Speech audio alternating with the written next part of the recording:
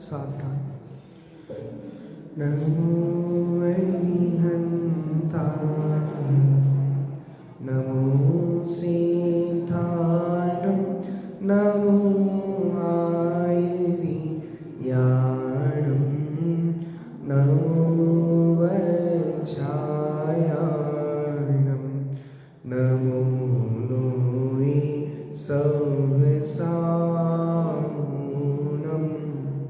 मंगलम भगवान् वीरो, मंगलम गौतमो गणी, मंगलम कुंदे कुंदार्यो, जैन धर्मोस्तु मंगलम, जैन धर्मोस्तु मंगलम।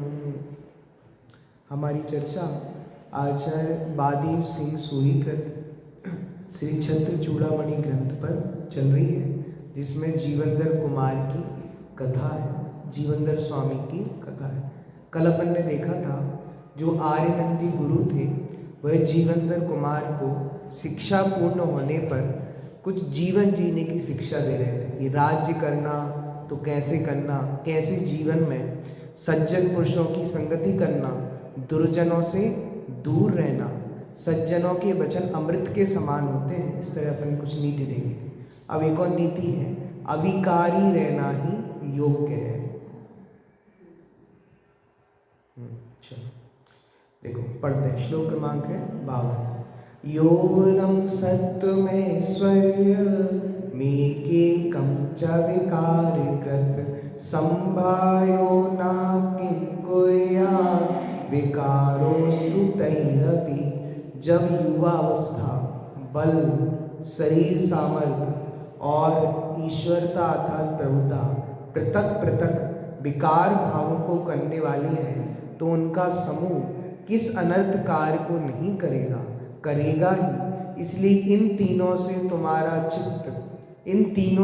तुम्हारा चित्त विकार रहित हो, ऐसा आशीर्वाद गुरु ने जीवनधर कुमार को दिया। देखो सरला, यौवन, सत्ता, अधिकार, धन, वैभव, इनमें से एक भी हो तो वह अज्ञानी मनुष्य को विकारी बना देता है।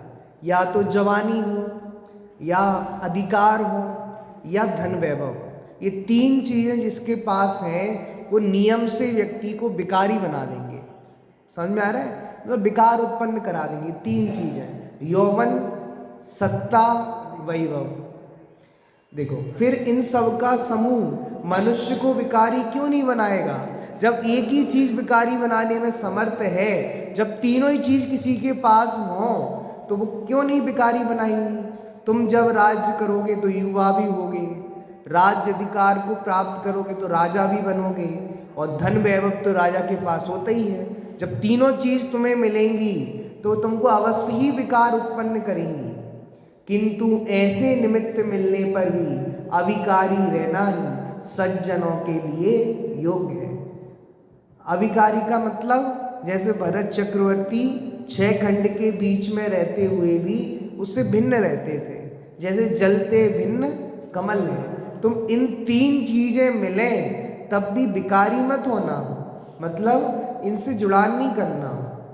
विशेषाल अज्ञानी पुरुषों को यौवनादि अवस्था के विशेष निमित्त से क्रोधादि विकार उत्पन्न होते हैं। ऐसा होता है ना, जवानी में जोश ज्यादा होता है, बताओ। जब युवा अवस्था होती है जोश बड़ा ठंडा, और जब बुढ़ापा आता है ठंडा पड़ जाता है। तो युवा अवस्थाओं का जोश अलग होता है, क्योंकि उन्हें वह पर्यायी, सर्वस्व और सत्य लगती है। हम युवा हैं, हम में जोश है, हम में शक्ति है, कुछ भी कर गुजरने की सामर्थ्य है। इस पर्याय दृष्टि के कारण मिथ्यात्व रूप द्रव्य कर्म और इस मिथ्यात्व से विकार रूप परिणमन करना स्वाभाविक है। गुरु आर्यनंदी जीवनधर कुमार को आशीर्वाद देते हैं कि हे शिष्योत्तम, शिष्यों में उत्तम, तुम ज्ञानवान हो। यौवनादि सब निमित्तों की उपस्थिति में भी तुम्हें किसी प्रकार का विकार न हो। सज्जन पुरुष सदा अविकारी रहते हैं। सज्जन पुरुष कैसे रहते हैं? विकारी नहीं होते, अविकारी रहते हैं। नाहि विक्रियते चेता सतां तद्देतु सन्निधौ किं गोष्पद जल क्षोभी क्षोभयेयज्जल जलद्धेर जलम।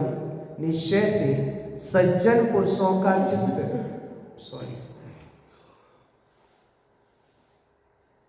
निश्चय से सज्जन पुरुषों का चित्त विकार के कारण मिलने पर भी विकार को प्राप्त नहीं होता। क्या गाय के खुर प्रमाण जल को मलिन करने वाला मेढक जैसा छोटा जीव समुद्र के जल को क्षोभित कर सकता है? कितनी गजब की नीति दे रहे। देखो सरला, जैसे गाय के खुर प्रमाण जल को, खुर किसे कहते हैं पता है? गाय के पैर से जो गड्ढा हुआ उसे कहते हैं गोखुर। गोखुर तो वो गड्ढा हुआ तो उस गड्ढे में पानी भरा हुआ है, तो पानी को किसने गंदा कर दिया? मेढक ने। तो जो मेढक वो खुर प्रमाण इतने से गड्ढे के पानी को मलिन कर सकता है, वह समुद्र के पानी को तो मलिन नहीं कर सकता। जैसे गाय के खुर प्रमाण जल को तरंगित एवं मैला करने वाला छोटा सा मेढक जैसा छोटा जीव समुद्र के जल को तरंगित अथवा एवं मैला नहीं कर सकता, वैसे ही विकार के निमित्त उपस्थित होने पर भी बेनिमित्त सज्जन सम्यक दृष्टि के चित्त को क्षोभित करने और विकारी बनाने में समर्थ नहीं है। मतलब सम्यक दृष्टि को ये कहते हैं, सम्यक दृष्टि इन पे रीझता नहीं है। कितने भी भोग सामग्री हो, सज्जन पुरुष हो, वह भोग सामग्री पर रीझते नहीं है। क्या नहीं करते? रीझते नहीं है। निमित्त से नैमित्तिक कार्य होता ही है। निमित्त बलवान है, कर्म जीवों को विकारी बनाते हैं, कर्म बलवान है इत्यादि ब्रह्म मूलक कथन को आचार्य इस श्लोक में निरस्त करते हैं। निमित्त अकिंचित कर है, स्वभाव समर्थ है, आत्म स्थिरता ही मुक्ति का कारण है, इन विषयों को स्पष्ट करते हैं। मतलब भोगों का निमित्त तो मिला, लेकिन सज्जन पुरुष विकारी नहीं हुए। इससे पता चलता है निमित्त कुछ करने में समर्थ नहीं है। चलिए आगे। अस्थिर बुद्धि जीवन में बाधक। बहुत अच्छी अच्छी शिक्षाएं देना अपने लिए भी हैं कि अस्थिर बुद्धि जीवन में बाधक है। देखो, देश काला खला किम तैसल्या धीरेव बाधिका अवहितोत्र धर्मे स्या वदानम ही मुक्त। देश, काल और दुर्जन ये क्या करेंगे? उनसे चलायमान बुद्धि ही मनुष्य के चरित्र को बिगाड़ देती है। इसलिए इस संसार में आत्मा के स्वभाव में स्थिर होना चाहिए। निश्चय से अपनी आत्मा के स्वभाव में स्थिर रहना ही मुक्ति प्राप्ति के लिए होता है। देखो सरला, प्रतिकूल देश, प्रतिकूल काल और दुर्जन मनुष्यों से तेरी क्या हानि होती है? अर्थात कुछ भी हानि नहीं होती। तेरी अस्थिर बुद्धि तेरे जीवन में बाधक है। हमारी बुद्धि अस्थिर है ना, वही हमारे बाधक है। कोई मित्र हमें नहीं बिगाड़ता, हम खुद बिगड़ते हैं। वो तो निमित्त होता है। तो चाहे कैसा भी क्षेत्र हो, कैसा भी काल हो, और तो उस समय भी हमारी बुद्धि हमें बिगाड़ने वाली है। कोई कहे हम विदेश में हैं, क्षेत्र बेकार है, इसलिए धर्म नहीं हो सकता। अरे बहुत उदाहरण है। अमेरिका में रहते हैं लोग, प्रतिदिन मंदिर जाते हैं, स्वाध्याय करते हैं, बहुत अच्छा धर्म करते हैं, और को नहीं क्षेत्र बाधक है। अरे विदेश की बात छोड़ो, हम मुंबई में रहते हैं, हमें मंदिर जाने टाइम नहीं मिलता, बहुत दूर है। कैसा है? बहुत दूर है। भैया तुम्हारे भाव दूर हैं, मंदिर दूर नहीं है। भाव मंदिर से जुड़े हो ना, तो मंदिर कितनी भी दूर हो पास लगता है। मेरे पास बहुत उदाहरण है जिनके घर से मंदिर 2-2 घंटे का रास्ता है ना, वो रोज मंदिर जाते हैं। रोज 2 घंटे का रास्ता है दूर, बताओ, रोज जाते हैं मंदिर। भले ही आने में 4 घंटे लगते हैं, जाने में 2 घंटे, आने में 2 घंटे। मुंबई में रहते हैं, रोज 7 बजे निकल जाते हैं और 11 बजे ऑफिस जाना है, 4 घंटे का सफर करके आते हैं, रोज मंदिर जाते हैं, मंदिर नहीं छूटता। बताओ क्यों दूर है? हमारे भाव दूर हैं, हम पुरुषार्थ नहीं करना चाहते। कोई क्षेत्र हमें बाधक नहीं है, कोई काल बाधक नहीं है हमें, हमारी बुद्धि ही हमें बाधक है। अब कौन जाए बताओ। हमारे यहीं बैठे हैं बहुत सारे लोग, अरे मंदिर दूर है, अब नहीं जा रहे। बताओ, ये सब पुरुषार्थ की हीनता है, ये सब बुद्धि की कमी है। तो जीव है ना, अस्थिर बुद्धि वाला हो वही बाधक है। अतएव आत्म स्वभाव में सावधान रहो। आत्मलीनता ही मुक्ति का कारण। विशेषण बाह्य प्रतिकूलताओं का बहाना करने वाले को यह स्पष्ट शब्दों में समझा दिया। हम हर बार बाहर की प्रतिकूलता ही देखते हैं ना। बोलो, बाह्य प्रतिकूलताएं दुख का कारण नहीं होती। संसारी जीवों को उनकी अस्थिर बुद्धि अथवा तत्वों का अनिर्णय ही दुख उत्पादक है, अन्य द्रव्य नहीं। आत्म स्थिरता ही सच्चे सुख और मुक्ति का कारण है। बहुत अच्छी। अब एक और अच्छी शिक्षा, आत्मा ही आत्मा का सच्चा गुरु है। आत्मा ही आत्मा का गुरु है। ये वहां पे भी यही कहा था, आत्मनेव गुरु आत्मन। इष्टोपदेश में कहा कि आत्मा ही आत्मा का गुरु है। बहुत अच्छी बात है, वो अपन पढ़ेंगे। शिक्षा वचा सहस्येर्वा क्षीण पुण्येन धर्मधि पात्रे तु स्पृहायते तस्मा दात्मेव गुरुरात्मना। वाह, पुण्यहीन पुरुषों में हजारों शिक्षा वचनों से धर्म बुद्धि नहीं होती, और उत्तम पात्र में बिना उपदेश के ही धर्म बुद्धि उत्पन्न हो जाती है। इसलिए आत्मा ही आत्मा का गुरु है। ये बहुत अच्छी नीति है, आत्मा ही आत्मा का गुरु। देखो सरला, पुण्यहीन, तीव्र कषाई और अपात्र मनुष्य को हितकारी हजारों उपदेश से भी धर्म बुद्धि उत्पन्न नहीं होती। मारीच के जीव को तीर्थंकर जैसे निमित्त मिले, आदिनाथ तीर्थंकर जैसे निमित्त मिले तो भी बुद्धि नहीं चेती। और वो दो चारण डिग्रीधारी मुनिराज आ गए तो सुलटने का वक्त था, सुलट गए। इससे कह रहे हैं कि कोई तुम्हें गुरु बन के समझाए उससे समझ में नहीं आता, स्वयं से समझ में आता है। इसलिए आत्मा ही आत्मा का गुरु है। क्या कहा चाचा जी? आत्मा ही आत्मा का गुरु है। हर वक्त 24 घंटे गुरु तुम्हारे पास नहीं होंगे। तुम्हें खुद निर्णय करना पड़ेगा कि जो मैं काम कर रहा हूँ वो सच्चा है, सही है या गलत। बताओ, हम निर्णय करते हैं कि नहीं करते? इससे पता चलता है आत्मा ही आत्मा का गुरु। हम स्वयं के गुरु स्वयं हैं।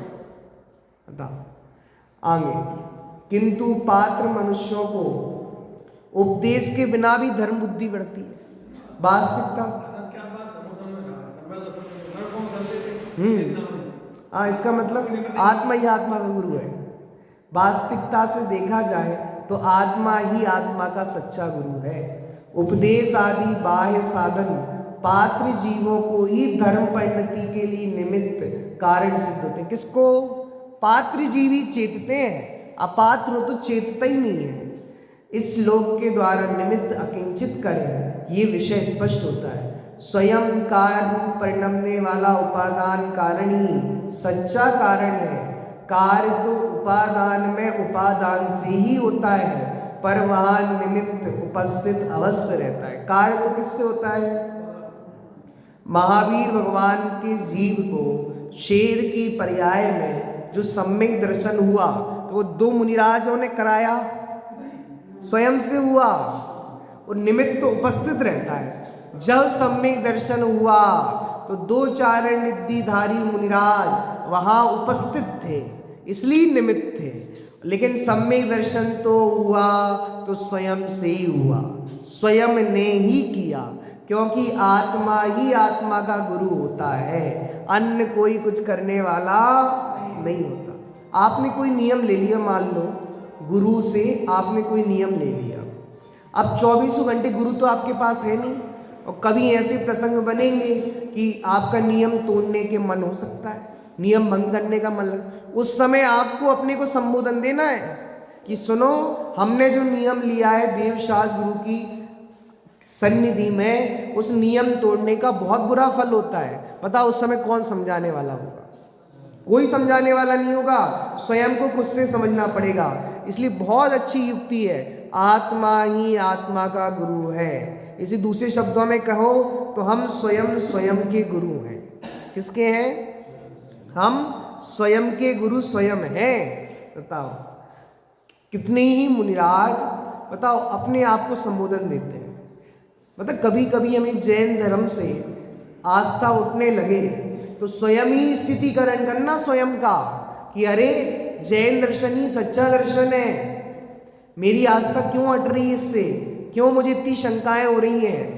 आपको स्वयं को समझाना पड़ेगा। इसलिए आत्मा ही आत्मा का गुरु है।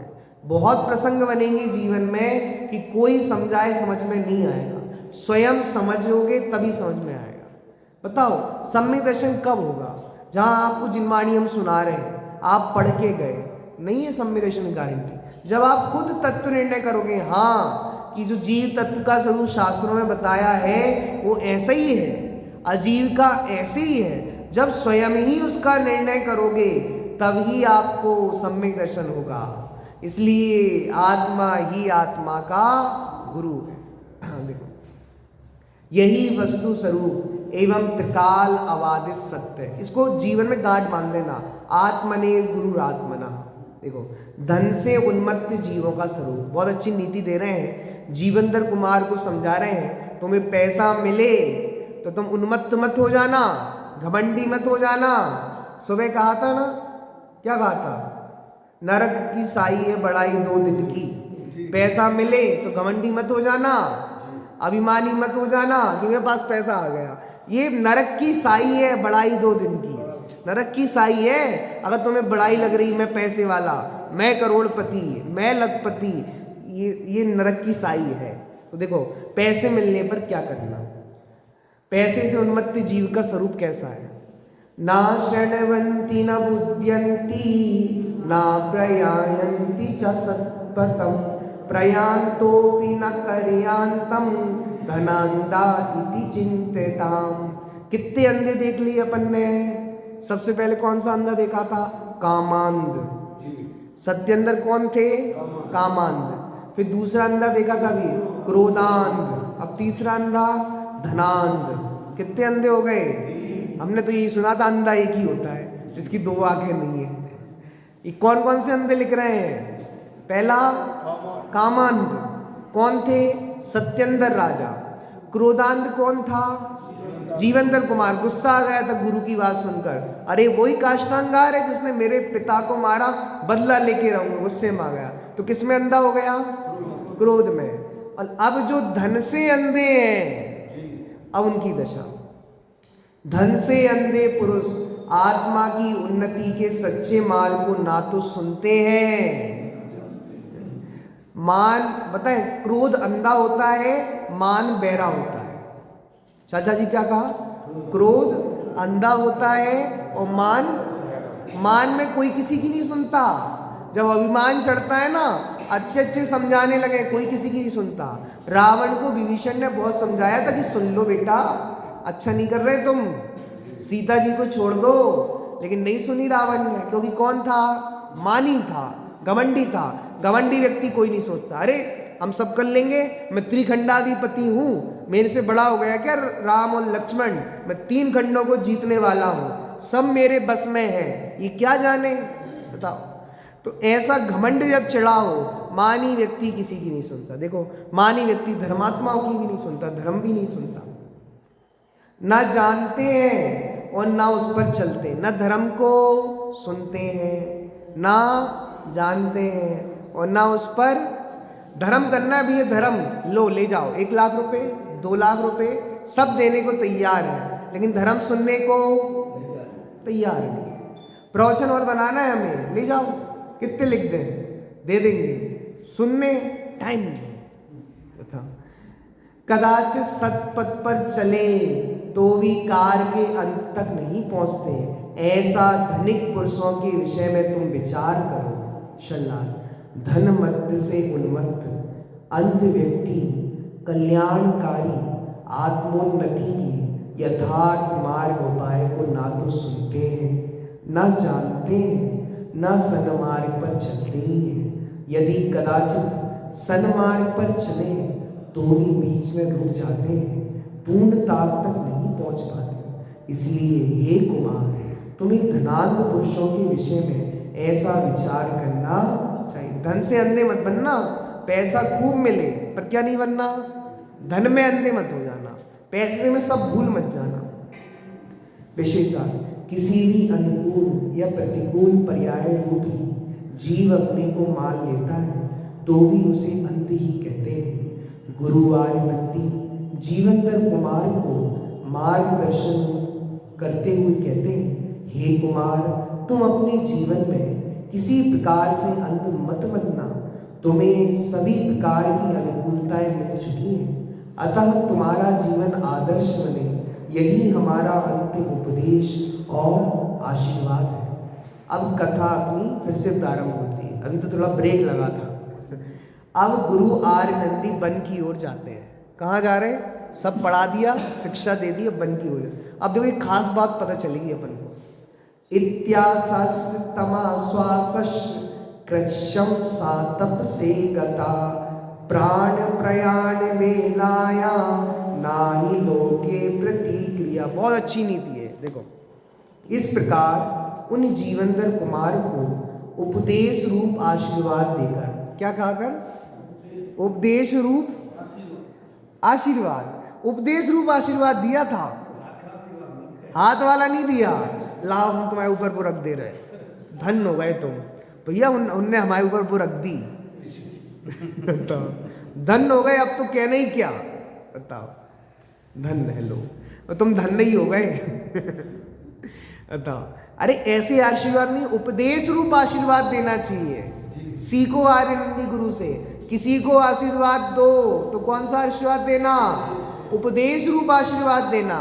मात्र हाथ उठा देना आशीर्वाद नहीं है, उपदेश रूप आशीर्वाद भी कोई चीज होती है।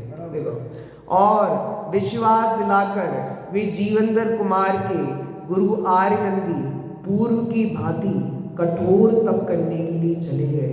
निश्चय से इस संसार में प्राणों के निकलते समय मृत्यु को रोकने का कोई उपाय नहीं। नीति है, किसी के प्राण जा रहे हो, यमराज जी आ गए हो, हम तुम्हें ले जा रहे हैं, अब ले जाएंगे, तुम कुछ नहीं कर सकते। ऐसे किसी का अब वन की ओर प्रस्थान हो रहा है, हम उसमें कुछ नहीं सकते। प्राण प्रयाण वेलायाम ना ही लोके प्रतिक्रिया। जब कोई मर जाता है तो संसार में उसे रोकने के लिए कोई प्रतिक्रिया होती नहीं, जिसकी जान चली गई सो चली गई। गुरु आर्यनंदी ने पूर्वोक्त प्रकार से उपदेश मूलक आशीर्वाद दिया। भविष्य के संबंध में भी आश्वासन देकर तपस्या के लिए वन की ओर प्रस्थान किया, क्योंकि इस संसार में मरण से बचने का कोई उपाय किसी के पास नहीं है। गुरु आर्यनंदी तो भस्मक रोग के पूर्व दिगंबर साधु अवस्था में थे। रोग युक्त होते ही मुनि लिंग छेद कर सामान्य तपस्वी बन गए थे। रोग मुक्त होते ही पुनः मुनि बनने की भावना थी। अभी सुनना, अभी मुनि नहीं थे, अभी तो सामान्य विद्वान थे। मतलब मुनि पद तो छेद दिया था तब जब भस्मक व्याधि रोग हुआ था, तो अभी ने मुनि दीक्षा नहीं ली थी पुनः, अब लेंगे। गुरु आर्यनंदी को जीवनधर कुमार के हाथ के ग्रास के निमित्त से निरोगता आई थी। उस उपकार के बदले उन्हें जीवनधर कुमार को विद्वान बनाने का भाव जागृत हुआ था। वह कार्य भी अब पूर्ण हो चुका है, अतः जीवनधर कुमार को अंतिम उपदेश और आशीर्वाद देकर गुरु आर्यनंदी तपस्या के लिए वन की ओर प्रस्थान कर रहे हैं।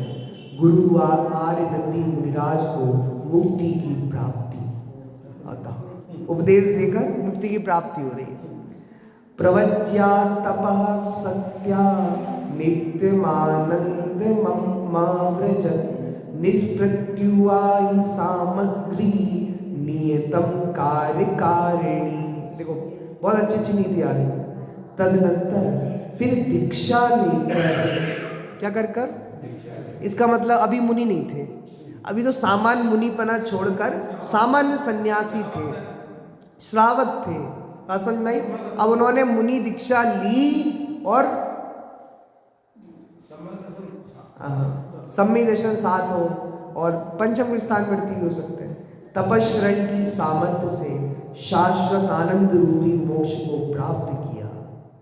बोलो आर्यनंदी भगवान की जय। भगवान बन गए ना। निश्चय से निर्विघ्न सामग्री नियत से कार्य सिद्ध करने वाली होती है।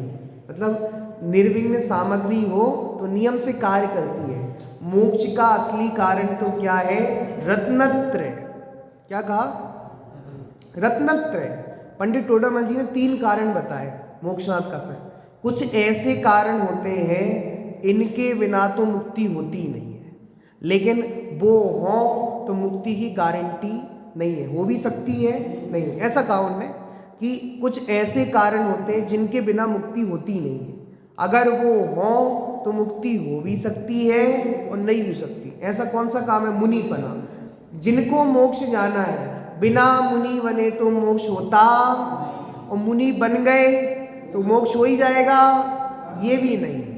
हो भी सकता है और नहीं भी हो सकता। लेकिन एक कारण ऐसा है जिसके होने पर नियम से मोक्ष होता है, वो है सम्यक दर्शन ज्ञान चालित। ये हो तो गारंटी से मोक्ष होता है। आगे और एक कारण और दिया, उपवास आदि, जिनके होने पर भी मोक्ष हो सकता है और जिनके नहीं होने पर भी मोक्ष हो सकता है। उन्होंने उदाहरण दिया, भरत चक्रवर्ती आदि ने कितने उपवास किए? एक भी नहीं किया, तो फिर भी मोक्ष हुआ कि नहीं हुआ? हो गया। और ऐसी कितने मुनिराज हैं जिनने मासों उपवास की, महीनों महीनों तक किए, बोलो उनको नहीं भी हुआ, और किन्हीं मुनिराज को हो भी गया। तो मोक्ष के लिए उपवास आदि करना कोई नियामक कारण नहीं है। नियामक कारण तो रत्नत्रय है। देखो, आर्य नंदी ने वन में जाकर पुनः जैनेश्वरी दीक्षा धारण की और निर्दोष तप की सामर्थ्य से आत्म भावना भाते हुए अनंत सुखरूप मुक्ति को प्राप्त किया। बाधा रहित कारण सामग्री नियम से कार्य को पूर्ण करती है। विशेषात राजा रोगपाल ने राज्य का परित्याग कर मुनि अवस्था धारण की थी। वे ही हैं आर्य नंदी मुनिराज। मुनि अवस्था में ही भस्मक रोग के कारण बाधा उत्पन्न हुई थी। मुनि अवस्था बाधा रहित और आत्म साधना के लिए उपयुक्त है। अतः मोक्ष साधना के लिए अनुकूल सामग्री मिलते ही मुनिराज आर्य नंदी ने आत्म साधना पूर्वक मुक्ति सुंदरी का वर्ण किया। जीवनधर कुमार गुरु वियोग से दुखी हो रहे। अब गुरु से पढ़ रहे थे, अब गुरु जाएंगे तो दुखी होंगे। जब अपन जिस स्कूल में पढ़े हो ज़्यादा और स्कूल छोड़ के आ रहे हो तो दुख होता है। बताओ, हम 5 साल स्मारक पढ़े, छोड़ के आ रहे, कैसा लगता है? दुख होता है। आगे, तपोवनम गुरु प्राप्ते सुचम प्रापस्य कौरवम गर्वाधान क्रिया मात्र न्यूनम ही पितरौ गुरु। बहुत अच्छी युक्ति है, बहुत अच्छी नीति है। कह रहे हैं, पढ़ते ही हैं पहले, गुरु के तपोवन में चले जाने पर गुरुवंशी जीवनधर कुमार ने, कौन से वंशी हैं? गुरुवंशी, अत्यंत शोक किया। निश्चय से गर्भ धारण की क्रिया से रहित होने पर भी गुरु माता पिता के समान है। बस गुरु क्या नहीं करते? गर्भ धारण नहीं करते, जन्म नहीं देते बच्चों को, और सब काम तो क्या करते हैं? गुरु ही करते हैं। तो कह रहे हैं गर्भाधान क्रिया मात्र न्यूनौ, गर्भाधान की क्रिया से न्यून है पितरौ गुरु, माता पिता के समान ही है। गुरु में और माता पिता में कोई अंतर नहीं है, बस इतना ही अंतर है, माता पिता जन्म देते हैं। बस जन्म की क्रिया को छोड़ दिया जाए तो गुरु में और माता पिता में कोई अंतर नहीं है, दोनों समान। इतना उपकार होता है जीवन में गुरु का। इसलिए वो तपोवन चले गए तो ये रोने लगे। कितनी सुंदर, आप संस्कृत में याद करो, गर्भाधान क्रिया मात्र न्यूनौ ही पितरौ गुरु। आगे, गुरु आर्य नंदी के वन गमन से गुरुवंशी जीवनधर कुमार को अत्यंत दुख हुआ, क्योंकि वास्तविकता से देखा जाए तो मात्र गर्भाधान क्रिया को छोड़कर गुरु ही शिष्य के लिए माता पिता है। माता पिता तो बालक के जन्म में सहायक होते हैं तथा बाल अवस्था में लालन पोषण करके बालक के प्रति उपकार करते हैं, किंतु गुरु तो शिष्य को समस्त विद्याओं में पारंगत कराकर योग विद्वान बनाते हैं। उसके वर्तमान और भावी जीवन को गढ़कर अत्यंत उपकार करते हैं। अतः जीवनधर कुमार को गुरु का वियोग होना स्वाभाविक है। लेकिन तत्वज्ञानी दुख दूर करने का, तत्वज्ञानी थे वो, तो हो रहा है दुख तो तत्वज्ञान से जीत लेंगे। हमें भी तत्वज्ञानी बनना है। जब दुख के प्रसंग हो तो रोना आ रहा हो तो तत्वज्ञान भी याद आना चाहिए। दिक्कत तो तत्वज्ञान याद नहीं आता। इनने हमारे साथ ऐसा कर दिया, उनने हमारे साथ ऐसे ही कर लिया, हमारे साथ ही ऐसा होता है, हमारे साथ ही वैसा होता है। तुम्हें समय सार याद क्यों नहीं आ रहा? सुबह सुन के क्या आए थे? 25 साल पहले की बात याद है, और सुबह प्रवचन में क्या चला था वो नहीं पता। वो हम ध्यान से नहीं सुन पा रहे क्योंकि हमें नींद आ रही थी।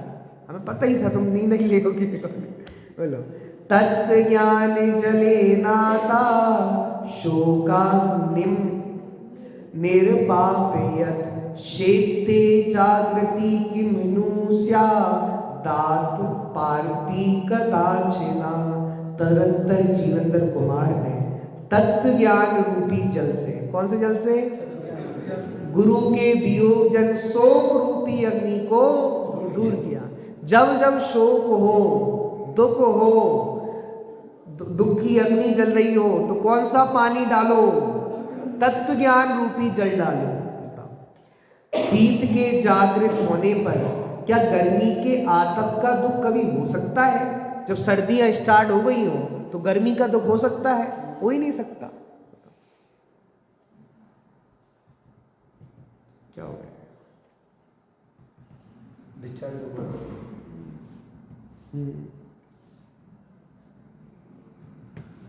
चलो आज इतने ही रहने दो।